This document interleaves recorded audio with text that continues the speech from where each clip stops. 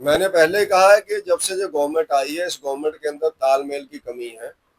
उसका जीता जागता उदाहरण है, जो मुझे जानकारी मिली है कि हमारे डिप्टी चीफ मिनिस्टर साहब कई महीनों से अपने दफ्तर में सेक्रेटरी में नहीं बैठ रहे हैं, ऐसा मैंने सुना है। अब वो अगर दफ्तर में नहीं जा रहे हैं तो मुझे समझ में नहीं आता पोस्ट से क्यों चिपके हुए हैं। अगर उनका इज्जत मान ही नहीं है, कहते हैं कि जिस घर में इज्जत मान ना हो उसको छोड़ देना चाहिए, वहां रहना ही पसंद नहीं होता। तो वो किस लिए, किस लालच में वहां पर बैठे हुए हैं? अगर उनकी बात ही नहीं सुनी जा रही है, अगर उनके डिपार्टमेंट में भी उनकी नहीं सुनी जा रही है और प्रदेश के अंदर भी नहीं सुनी जा रही है। मैंने भी वो पोस्ट देखी जो आपने बताया, अखबारों के अंदर भी वो पोस्ट छपी, और कल भी उन्होंने एक बात बोली है, कल भी उनका कहीं बयान आया हुआ आज मीडिया के अंदर। तो उससे ऐसा लगता है कि वो बहुत परेशान है। सिर्फ वो ही परेशान नहीं है, इस गवर्नमेंट से सारे मिनिस्टर, सारे एमएलए परेशान है, और इनके टोटल कार्यकर्ता परेशान है। वो अनुशासन के कारण बोले ना बोले, वो अलग विषय होता है। तो इसलिए उप मुख्यमंत्री जी को चाहिए कि अपनी बात को गवर्नमेंट के सामने जनता के हित में, प्रदेश के हित में दवंगता पूर्ण उस बात को रखें, बोले। अगर उनकी नहीं सुनी जाती है तो उनको हाई कमांड के पास जाना चाहिए। हाई कमांड अगर नहीं सुनती है तो उनको सोचना चाहिए कि आगे आखिर आगे मेरे को क्या करना है राजनीति। लेकिन पदों के ऊपर बैठ करके अपने लिए सब कुछ है और जनता का कोई सुना नहीं जा रहा तो उसकी कोई चिंता नहीं है। तो मुझे लगता है जे उन जैसे सीनियर लीडर के लिए ये बात अच्छी नहीं है। उनको पूरा बात रखनी चाहिए, बात रख के किसी निर्णय के ऊपर जाना चाहिए, वरना डिप्टी चीफ मिनिस्टर के पद को अपने पास रखना कोई बुद्धिमत्तापूर्ण निर्णय नहीं है। तो स्कूल, उसकी लिस्ट में स्कूल होना चाहिए, लेकिन नहीं है। और जब विभाग के अधिकारियों से बातचीत की गई तो उनको पता ही नहीं कि वहां दो बच्चे हैं। वो कहते हमें तो ज्ञान ही नहीं है, हमने क्यों भेजना था। और इसी तरह से जो हमारी लड़की पांगी भेजी, वो 20 घंटे बाद कार लेकर के पांगी ज्वाइन करने के लिए गई। तब तक आदमी अमेरिका में, न्यूयॉर्क में ज्वाइन कर सकता जाकर के। अपने प्रदेश के अंदर ऐसे महिलाओं को परेशान किया जा रहा है। मेरा मूल प्रश्न इसमें यह है कि कांग्रेस के नेता जो इस जिले के अंदर पॉलिटिक्स कर रहे हैं, क्या उनका अपने जिला के लोगों के साथ कोई इमोशनल अटैचमेंट है या नहीं है, भावनात्मक रिश्ता है या नहीं है, उनकी कोई जिम्मेवारी है या नहीं है। ऐसे हमारे लोगों को इतनी दूर भेजा जा रहा है। मैं इस गवर्नमेंट से पूछता हूँ, जब आपने पांगी में लड़की को भेजा तो न्यू अपार्टमेंट चंबा में भी किसी की हुई होगी, वो पांगी में चला जाता। लाहौल स्पीति में भी हुई होगी, पांगी उनको भी नजदीक पड़ती, वो वहां चला जाता। सोलन जिला के लड़कों की किसी की कांगड़ा की अपॉइंटमेंट हुई होगी, किसी न किसी की कांगड़ा की, वो नजदीक पड़ता पांगी के, तो वहां का कोई जा सकता था। लेकिन उन्ना की लड़की को आपने वहां पर भेजा। ये बिल्कुल ही इस जिला की लीडरशिप की, कांग्रेस की टोटल लीडरशिप की तौहीन है, और टोटल लीडरशिप का फेल हुआ है, उनकी असफलता है। और उनकी, मैं क्या बोलूं इसके लिए शब्द उनके लिए, कि वो क्या कर रहे हैं आखिर, किन कामों में वो बिजी है। और दूसरा विषय, कांग्रेस पार्टी का यह स्कूल मर्ज कर रहे हैं। पिछले कल ही 2 दिन पहले एक बयान आया कि चंबा, बद्दी बरोटीवाड़ा और शिमला, यहाँ जो गर्ल्स और बॉयज अलग अलग स्कूल है उनको मर्ज किया जाएगा। इसका मतलब है बाकी स्कूल मर्ज हो जाएंगे। तो उसमें मेरे जिला, मेरी कॉन्स्टिट्यूंसी के अंदर 2 स्कूल हैं, स्नोगढ़ बॉयज, स्नोगढ़ गर्ल्स, उन्ना बॉयज, उन्ना गर्ल्स। और दोनों स्कूलों के अंदर 300 से ज्यादा बच्चे हैं, 300 लगभग बच्चे हैं। और वहां पर बिल्डिंग उतनी है जितनी ऑलरेडी क्लासें लगती है। अगर हम मर्ज करेंगे, मर्ज करके क्या गवर्नमेंट के कोई ऐसा इनके पास रिपोर्ट है कि वहां जो बच्चे हम भेजेंगे वो एडजस्ट हो जाएंगे क्या वहां पर? और दूसरा मेरा प्रश्न यह, क्या गवर्नमेंट को ये सारी चीजें, जिस समय छुट्टियां थी मार्च महीने के एग्जाम के बाद, उस समय इन चीजों का ग्राउंड वर्क को कर लेते, होमवर्क कर लेते, रिपोर्ट ले लेते, और उसके बाद मर्ज करते। मर्ज करने के बाद बच्चे अपने अपने स्कूल में जाते। टीचर्स को कहाँ करना है, जो महिलाएं, जो जेंट्स वहां पर सरप्लस में जाएंगे, उनको कहाँ एडजस्ट कर रहे हैं, क्या उसकी लिस्ट है किसी के पास?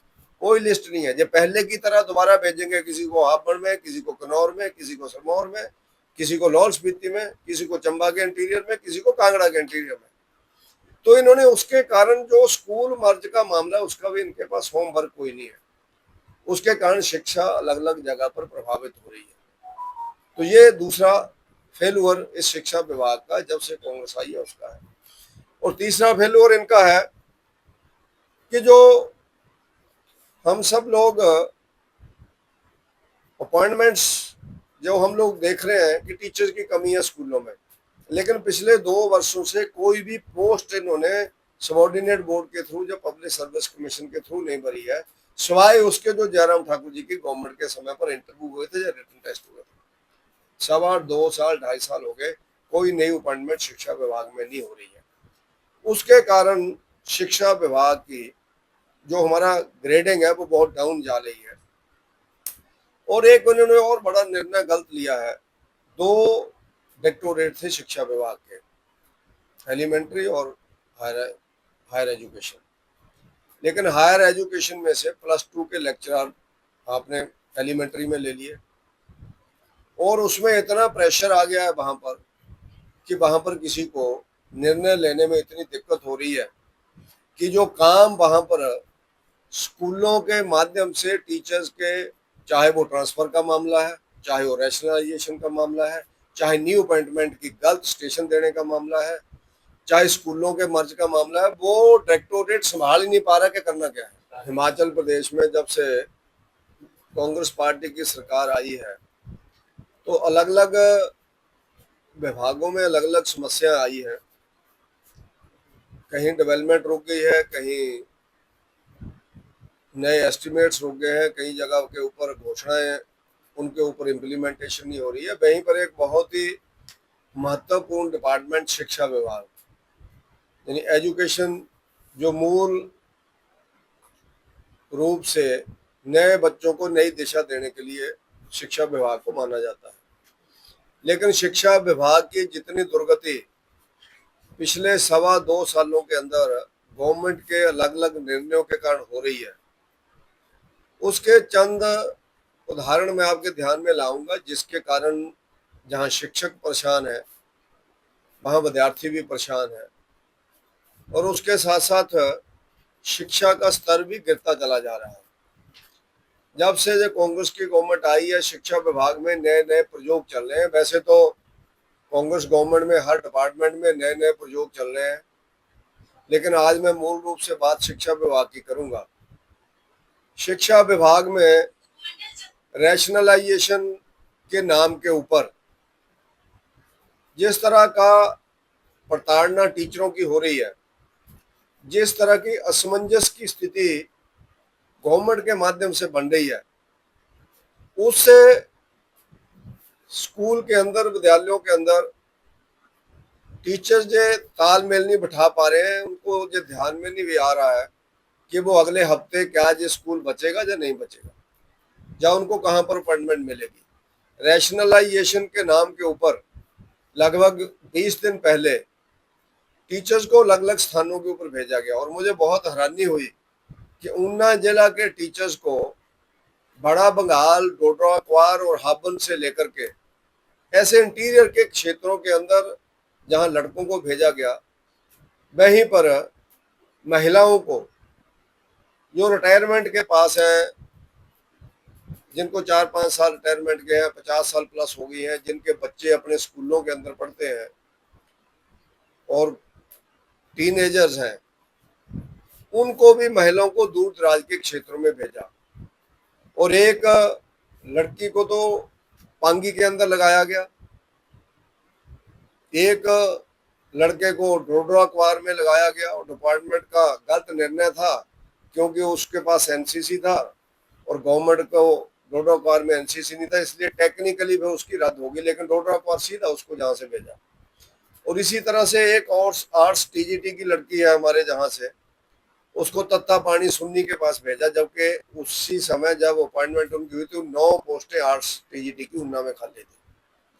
और अभी जब लेक्चरर की न्यू अपॉइंटमेंट हुई तो केमिस्ट्री की एक लड़की को नारग में देला से राजगढ़ के पास भेजा, जबकि केमिस्ट्री की 3 पोस्टें ऊना जिला के अंदर लेक्चरर की खाली थी। इसी तरह से अगर हम लोग देखेंगे तो अलग अलग तरह से टीचरों को परेशान किया जा रहा है।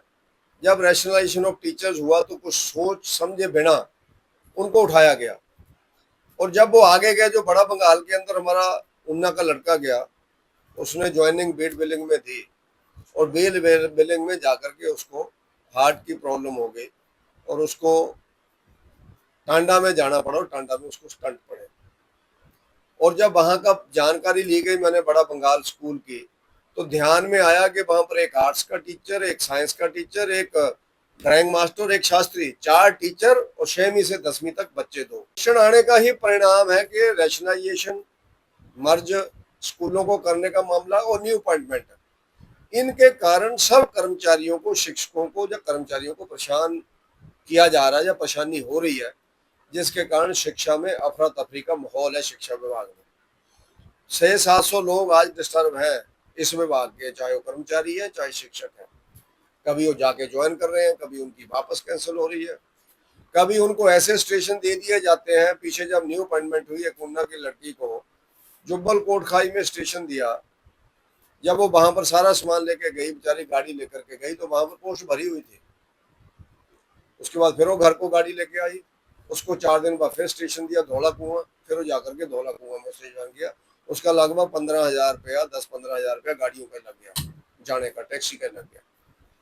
इस तरह का अफरा तफरी का माहौल शिक्षा विभाग के अंदर हमने कभी नहीं देखा। वैसे तो इस गवर्नमेंट के अंदर ओवरऑल ही अफरा तफरी है।